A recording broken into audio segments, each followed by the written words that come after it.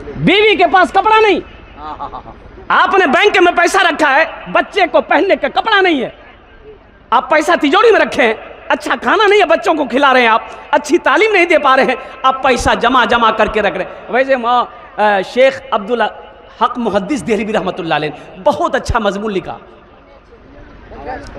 कि एक नौजवान हजरत अब्दुल हक मुहद्दिस देहलवी रहमतुल्लाह अलैह के पास में आया कि हजरत मेरी उंगली ना इतना दर्द है कि इस दर्द की वजह से ऐसा लग रहा है कि मेरा पूरा जिस्म में कोई तलवार मार दिया। हजरत डॉक्टर को दिखा चुके, हकीम को दिखा चुके, तबीब को दिखा चुके, जर्रा को दिखा चुके, कई हजार की दवाई खा लिया, फायदा नहीं, आराम नहीं, आराम नहीं है। तो हजरत अब्दुल हक मुहद्दिस देहलवी रहमतुल्लाह अलैह फरमाते हैं कि तुम मेरे पास क्या करने आए? बोला हजरत आप दम कर दिए, कुछ पढ़कर अल्लाह का कलाम पढ़कर दम कर दिए ताकि दर्द में अफाका हो जाए। ये उंगली हमारी ऐसी लग रही है कि ये जल रही है, ये उंगली मेरी जल रही है। और कुर्बान जाओ मुसलमानों, सुनो, अल्लाह वाले थे हजरत अब्दुल हक मुहद्दिस देहलवी रहमतुल्लाह अलैह, उन्होंने कहा अच्छा ठीक है बैठो मेरे सामने। आपने अपने सामने बिठाया, आप कुरान पढ़ते गए और दम करते गए, फूकते गए और पूछते थे आराम मिला? बोला हजरत आराम नहीं मिला। अच्छा फिर ठीक है। दोबारा फिर दम किया, पूछा आराम मिला? बोला कि नहीं आराम नहीं मिला। और तीसरी मर्तबा आपने फिर दम किया, फिर आपने पूछा आराम मिला? बोला कि हजरत आराम नहीं मिला, कुछ भी आराम नहीं है। तो आपने पूछा ए नौजवान तू सच सच बता, ये कैसे हुआ, ये बीमारी तुमको कैसे लगी, उंगली में क्या हुआ है, सच सच बताओ। इसलिए कि ये दुनिया की बीमारी नहीं है, ये तुम्हारी उंगली में जो दर्द है ये जहन्नम का अजाब है, ये जहन्नम का अजाब है, ये जहन्नम की आग है। सच सच बता माजरा क्या है? वो नौजवान कहने लगा कि हजरत मेरा बाप था ना पैसा वाला था, लेकिन बड़ा बखील था, बड़ा कंजूस था। हजरत पैसा घर में था, वो अशरफियों के सिक्के थे घर में, लेकिन सही से खाने को नहीं मिलता था, सही से पहनने को नहीं मिलता था। और मेरी माँ बोलती, हम लोग बोलते, वो मना कर देता, मार पीट पे उतर आता कि नहीं कोई पैसा खर्च नहीं करेगा, ना कभी मछली, ना कभी गोश्त, ना कभी दूध, ना कभी दही। इतना बड़ा बखील था कि अशरफियों का पोटली बनाकर तकिया बनाकर सोता था, ना खुद खर्च करता था ना हम लोगों को खर्च करने देता था। बोला फिर क्या हुआ? बोला फिर क्या हुआ हजरत, एक दिन मौत आ गई, मर गया, मेरा बाप मर गया। ओ मेरा बाप मरा, रिश्तेदार लोग आए, कब्र बनाई गई, जनाजे की नमाज पढ़े हम लोग, और अपने बाप को जब कब्रिस्तान ले जाने लगे तो मेरी माँ बोली कि बेटा ये अशरफी भी उसके कब्र में ले जाकर डाल दो।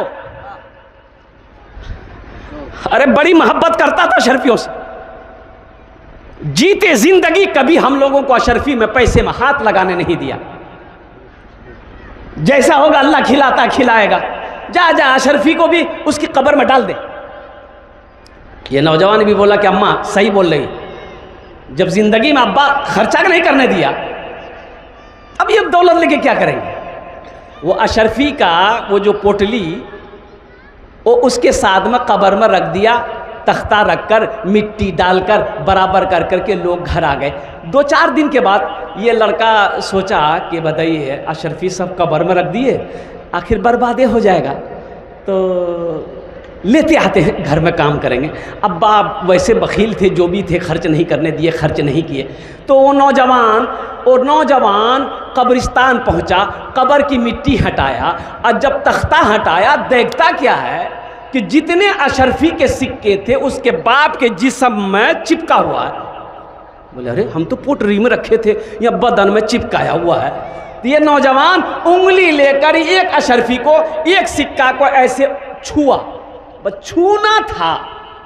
ये नौजवान कहता है, हजरत अब्दुल हक मुहद्दिस देहलवी रहमतुल्लाह अलैह को कहता है नौजवान कि हजरत मैंने सिक्का को जैसे ही छुआ ऐसा लगा मेरे पूरे बदन में करंट लग गया। पूरा जिस्म मेरा कांपना शुरू हो गया। हज़रत फिर मैंने सिक्का को नहीं छुआ और कब्र की मिट्टी को मैंने बराबर की। हज़रत उसी वक्त से इस उंगली में ऐसी टिस होती है पैदा, ऐसा लगता है कि मेरा पूरा बदन जल जाएगा। ना खाने चैन है, ना सोने चैन है, ना बैठने चैन है। हज़रत अब्दुल हक मुहद्दिस देहलवी रहमतुल्लाह अलैह फरमाते हैं, ए नौजवान, इसका इलाज कोई डॉक्टर नहीं कर पाएगा। ये जहन्नम की आग है, ये जहन्नम की आग है। ऐसा करो, इसको अगर कोई बुझा सकता है तो आंख का आंसू बुझा सकता है, आंख के आंसू बुझा सकता है। रो, और जब आंसू निकले तो इन उंगलियों को आंसू लगा दो, इंशाअल्लाह अल्लाह तुम्हें शिफा देगा।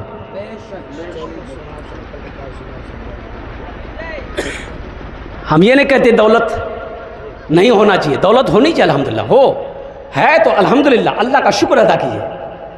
हलाल है, घमंड नहीं करना। हलाल है तो हिसाब देना होगा अल्लाह को, हलाल है तो अल्लाह को हिसाब देना होगा। अगर हराम दौलत है तो अजाब सहना होगा, फिर घमंड कहेगा। हलाल है तो हिसाब देना होगा, हराम है तो अजाब सहना होगा। तो हम कहते हैं कि जहाँ पर अल्लाह दौलत दे, माल दे, पैसा दे तो अल्हम्दुलिल्लाह अल्लाह का शुक्र अदा कीजिए। जहाँ खर्च हो वहाँ खर्च कीजिए, जहाँ जायज़ खर्च हो वहाँ खर्च कीजिए। मदरसा हो, मस्जिद हो, गरीब हो, फ़कीर हो, यतीम हो, बेसहारा हो, उनके पीछे पैसा लगाओ। ये पैसा अल्लाह के बैंक में जमा होगा। मेरा अल्लाह सखी है, सखावत को पसंद करता है। इसलिए मैं कहता हूँ मुसलमान बखील, अरे मुसलमान बखील नहीं होता, मुसलमान कंजूस नहीं होता, मुसलमान कंजूस नहीं होता, मुसलमान बखील नहीं होता। हम ये नहीं कहते मेरे पास 10 रुपए हैं। अच्छा देखिएगा, मेरा क्या है, आपका क्या है? अल्लाह के रसूल सल्लल्लाहु अलैहि वसल्लम इरशाद फरमाते, लोगों तुम कहते हो ये माल मेरा, ये माल मेरा, ये माल मेरा, ये माल मेरा। साहबा ने कहा या रसूलल्लाह ये माल तो मेरा है। बोला नहीं, तुम्हारा नहीं है। या रसूलल्लाह कैसे नहीं है? ये खेत तो मेरी है, ये मोबाइल या रसूलल्लाह मेरी है।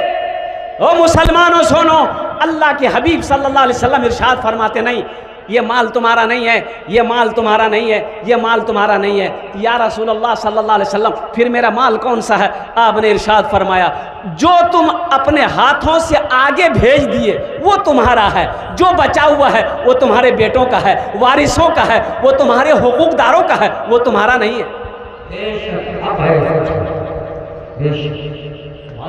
एक न एक दिन हर एक इंसान चला जाएगा,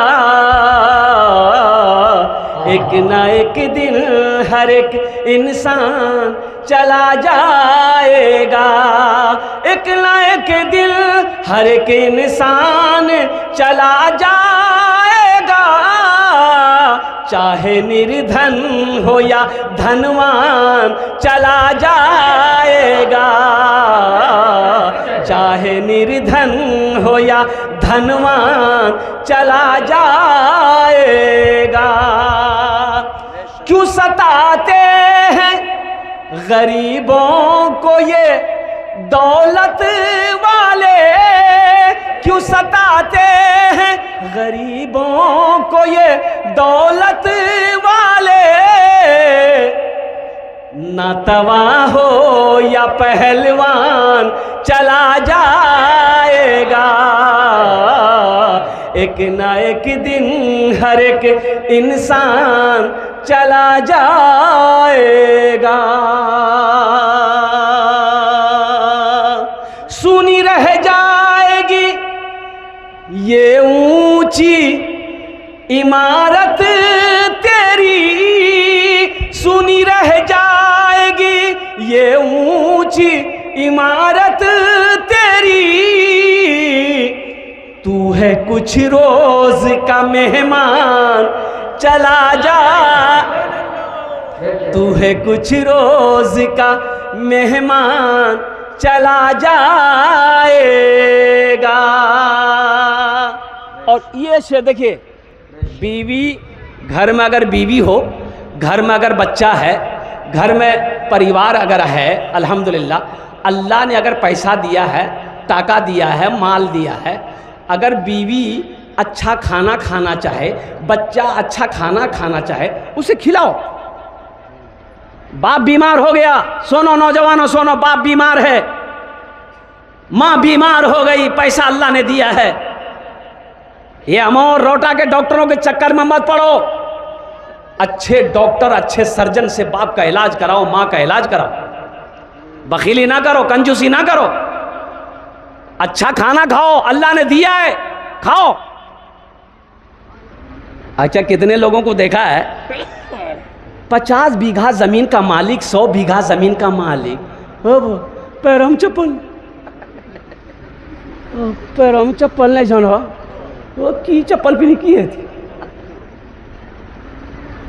इतना पैसा, इतनी दौलत, बदन में फटा हुआ कपड़ा, या अल्लाह गंजी फटी हुई, लुंगी यहाँ ढक यहाँ बनी,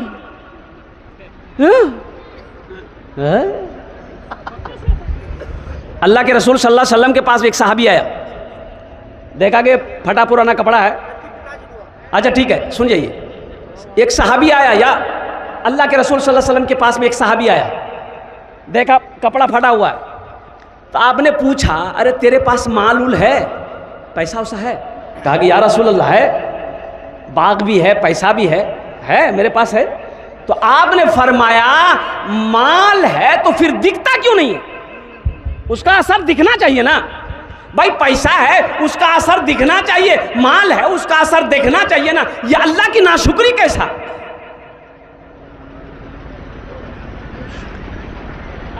एक ना एक दिन हर एक इंसान चला जाएगा, हाथ खाली ही आए थे जहां में जैसे,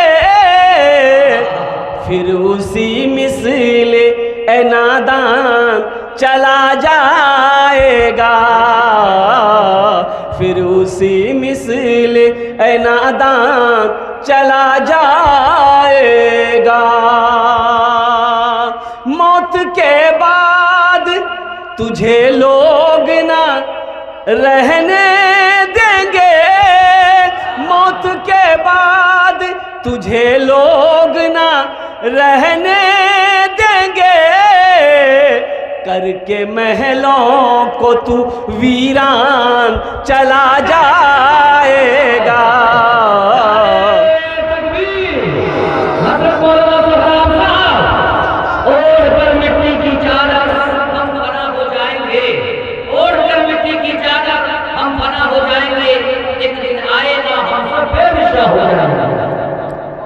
एक न एक दिन हर एक इंसान चला जाएगा।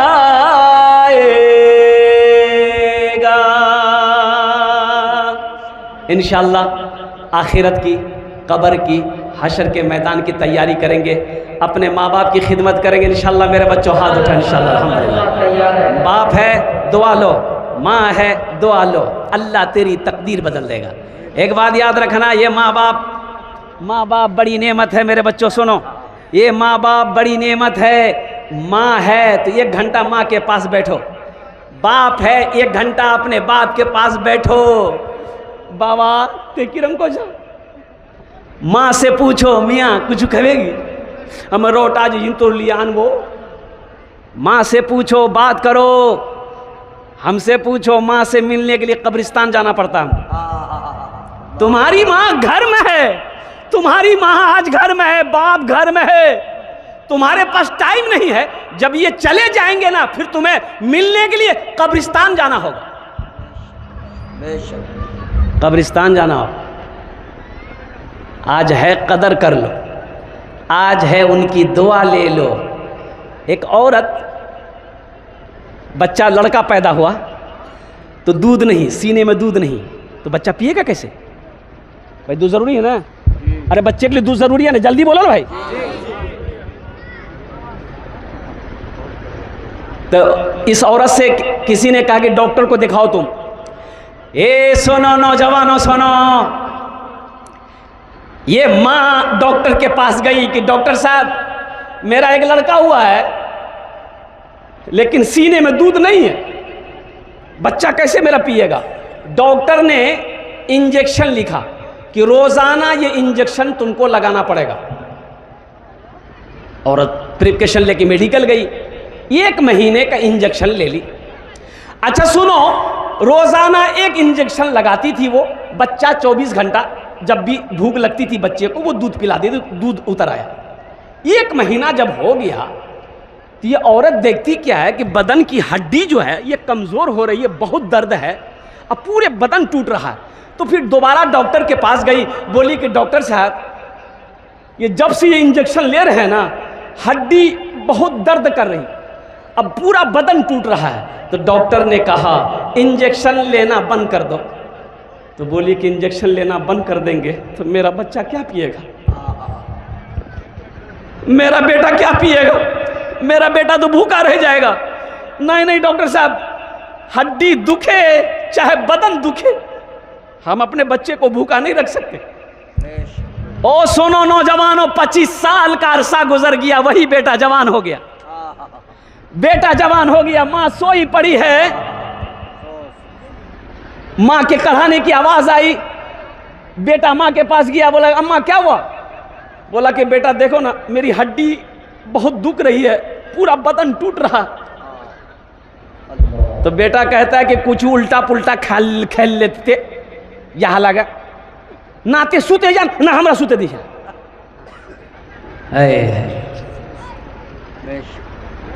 ना आप सोते हैं ना हमको सोते देते हैं, उल्टा पुल्टा कुछ खा लिए होंगे इसलिए हड्डी दुख रही है, पूरा बदन टूट रहा है। उसे क्या मालूम, उसे क्या मालूम कि तुझे दूध पिलाने के लिए तेरी मां ने रोजाना 1-1 इंजेक्शन लगवाती थी, तब तू जाकर दूध पीता था। आज तू कह रहा है कि मुझे सोने नहीं देती। उनके दिल से पूछो, उनके दिल से पूछो, मेरे दिल से पूछो, मत पूछो रातों को मैं भी कैसे कैसे सोता हूँ, जब जब माँ की याद सताए चुपके चुपके रोता हूँ, चुपके रोता हूँ। एक नौजवान माँ से झगड़ा, किसी बात पे झगड़ा हुआ, नौजवान घर छोड़ के चला गया। 1 साल के बाद दिल्ली से घर आया तो आंगन आया तो माँ को ढूंढने लगा, अम्मा अम्मा कहाँ है, मियाँ आते कहाँ जा? किसी ने कहा तेरी माँ नहीं रही, वो तो इंतकाल कर गई, 6 महीना पहले इंतकाल किए। ये नौजवान बोला कि मेरी माँ मर गई। ओ दौड़ा दौड़ा कब्रिस्तान गया, लोगों से कहा मुझे बताओ मेरी माँ की कब्र कौन सी है? एक बूढ़े मियाँ बोले कि यही कब्र है। तो कब्र पे खड़ा होके बोला कि मियाँ हमरा माफ करी दे, हमको माफ कर दो माँ। तो एक बूढ़े मियाँ ने कहा कि तेरी माँ मरने से पहले कह गई थी कि मेरा बेटा आए ना तो उसे कह देना मैंने उसे माफ कर दिया। अल्लाह अल्लाह अल्लाह। मत पूछो रातों को मैं भी कैसे कैसे सोता हूँ, जब जब माँ की याद सताए चुपके चुपके रोता हूँ, चुपके रोता हूँ। है दर माँ के चरणों में तन मन धन कुर्बान है, जो माँ की ममता ना समझे वो कितना नादान है, वो कितना नादान है। हमको अपने मात पिता पे आज बड़ा अभिमान है जिनके सर पे माँ की ममता जग में बड़ा इंसान है, जग में बड़ा इंसान है। इंशाल्लाह माँ बाप की खिदमत करेंगे, हाथ उठाओ इंशाल्लाह अल्हम्दुलिल्लाह। सुनो सुनो, हज़रत मूसा अलैहि सलाम, आपकी माँ जब तक जिंदा थी, आपकी माँ जब तक जिंदा थी मूसा अलैहि सलाम के लिए दुआ करती थी। ये मूसा कौन है? अल्लाह के पैगंबर हैं। और नौजवानों सुनो, ये मूसा अलैहि सलाम कौन है? अल्लाह के पैगंबर हैं। और सुनो सुनो, अल्लाह के रसूल हैं, अल्लाह के पैगंबर हैं। और सुनो हज़रत मूसा अलैहिस्सलाम की माँ इंतकाल कर गई। ओ आप अल्लाह से मिलने जा रहे कुएं तूर पहाड़, अल्लाह की तरफ से आवाज़ आई, मूसा अब संभल के चलना, होशियारी से चलना। तो कहा कि या अल्लाह ऐसा तो तूने कभी नहीं कहा कि संभल के चलना। तो अल्लाह ने कहा कि मूसा पहले तू जब चलता था, घर से निकलता था, तेरी माँ तेरे लिए दुआ करती थी, अब तेरे लिए दुआ करने वाले वो हाथ नहीं रहे। ले मेरे बच्चों, हम खास कर हाथ जोड़कर कहते हैं, देखो तुम नमाज कज़ा कर दो, ये कज़ा नहीं करना, माँ बाप के सामने कभी बेअदबी मत करना। अल्लाह का कुरान कहता है उफ़्फ़िन वला तनहरहुमा वक़ुल लहुमा क़ौलन करीमा। यही तो मैं कहता हूँ, कुरान पढ़ो। माँ बाप का मकाम क्या है ये तुम्हें यूनिवर्सिटी में पढ़ाया नहीं जाएगा, कॉलेज में पढ़ाया नहीं जाएगा, स्कूल में नहीं पढ़ाया जाएगा। कहाँ पढ़ाया जाएगा? मकतब में। हाफिज़ अब्दुल कुद्दूस साहब के पास आओ, वो तुम्हें बताएंगे। कहाँ पढ़ाया जाएगा? कुरान में बताया जाएगा। कहाँ पढ़ाया जाएगा? हदीस मुस्तफ़ा में बताया जाएगा कि माँ बाप का मकाम क्या है। खाने जेटे दुआ होवे कबूल होवे, जेटे दुआ होवे मकबूल होवे। शायद हमारा यही बैठना अगर अल्लाह ने पसंद कर लिया तो आखिरत के लिए बख्शिश का, निजात का ज़रिया बन जाएगा। और मुसलमानों, मेरे बच्चों, नौजवानों, ये दुनिया एक बाज़ार है, एक दिन ये बाज़ार बंद हो जाएगा। जो ख़रीदना है ख़रीद लो, जो बटोरना है बटोर लो, जो जमा करनी है कर लो। ना जाने ये ज़िंदगी वफ़ा करे या ना करे, वफ़ा करे या ना करे।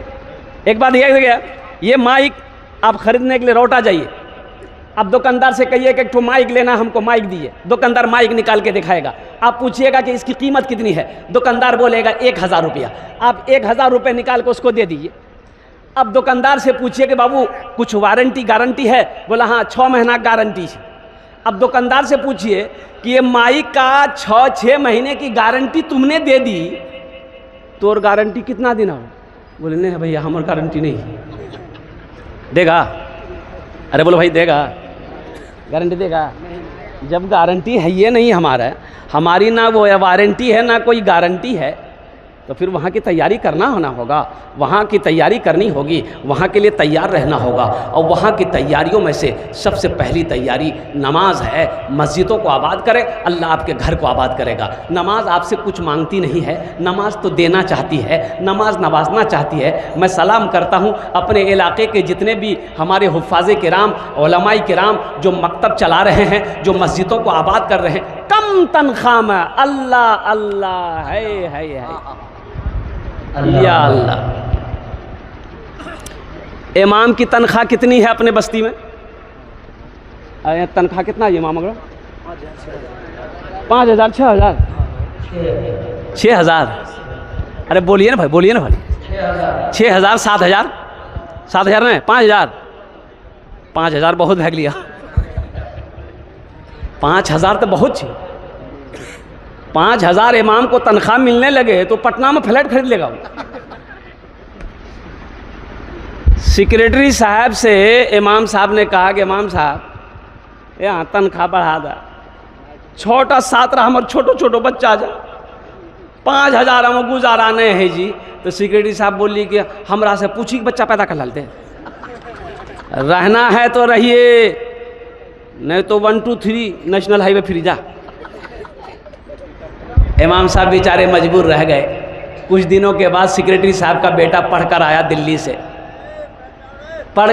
दिल्ली से, नौकरी नहीं मिल रही है, जुमा का दिन है। सेक्रेटरी साहब ने कहा इमाम साहब दुआ कीजिएगा नमाज में, मेरा बेटा पढ़ लिख कर आया है, इसको अच्छी नौकरी मिल जाए, बेहतर नौकरी मिल जाए। इमाम साहब सलाम के बाद जुमे की नमाज में दुआ किए कि या अल्लाह सेक्रेटरी साहब का बेटा पढ़कर बाहर से आया है, ऐसी नौकरी दिलवा दे सेक्रेटरी साहब के बेटे को, जितनी तनख्वाह मेरी है उतनी तनख्वाह उसको भी मिले।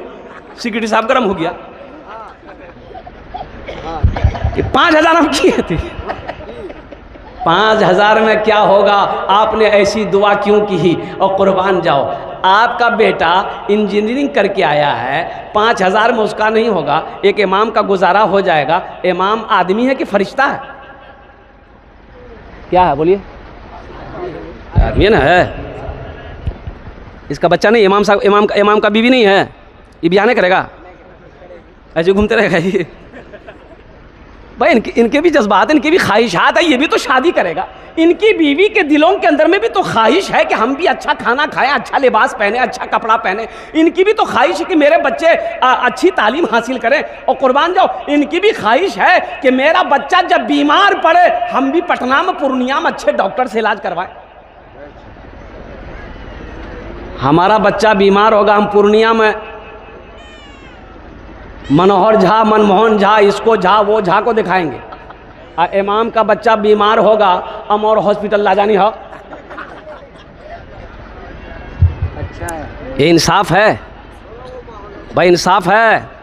इसलिए मेरे भाइयों, हम ये कहते हैं, देखिए आपसे हाथ जोड़ कर गुजारिश करेंगे, हाथ जोड़कर गुजारिश करेंगे, अपने मस्जिद के इमाम को खुश रखिए जिसके पीछे आप 5 वक्त की नमाज पढ़ते हैं।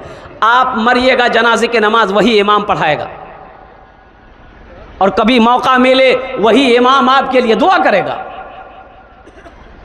100 रुपए, मान के 150 घर की आबादी है, अल्हम्दुलिल्लाह 150 घर की आबादी, हर घर से अगर 100 रुपए मिले तो 150 रुपए कितने, 150 100 टकिया कितने हुए, 15,000 एक इमाम को तनख्वाह आप नहीं दे सकते हैं। अल्लाह अकबर कबीरा। एक मोबाइल का रिचार्ज ख़त्म हो जाता है, आप अंबानी, अब घर के अंदर में 3 आदमी है, 3 आदमी, बेटा के पास मोबाइल, बीवी के पास मोबाइल, मेरे पास मोबाइल, 3 मोबाइल है, 3 मोबाइल का रिचार्ज करेंगे, ओ 350 रुपये, 350 रुपये मोबाइल। अब वो 3 मोबाइल का रिचार्ज करेंगे, 1050 रुपये हुआ।